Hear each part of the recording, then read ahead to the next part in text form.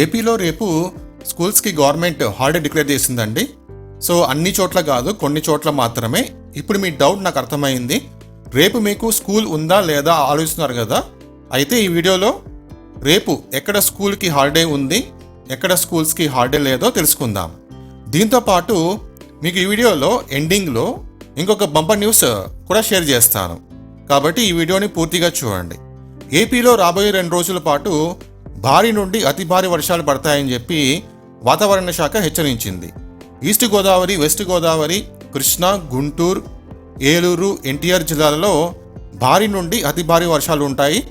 కాకినాడ, విశాఖపట్నం, విజయనగరం, శ్రీకాకుళం, అల్లూరి సీతారామరాజు, ప్రకాశం, నంద్యాల, కర్నూలు, అనంతపూర్, వైఎస్ఆర్ కడప జిల్లాలలో మోస్తరు నుంచి భారీ వర్షాలు ఉంటాయి.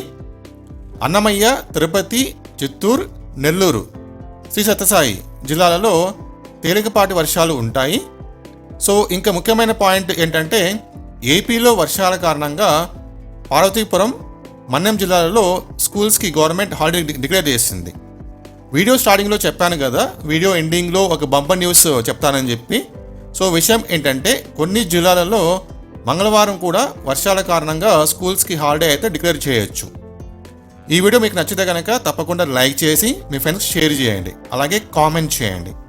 మన ఛానల్ మీరు ఫస్ట్ టైం చూస్తుంటే తప్పకుండా సబ్స్క్రైబ్ చేసుకోండి.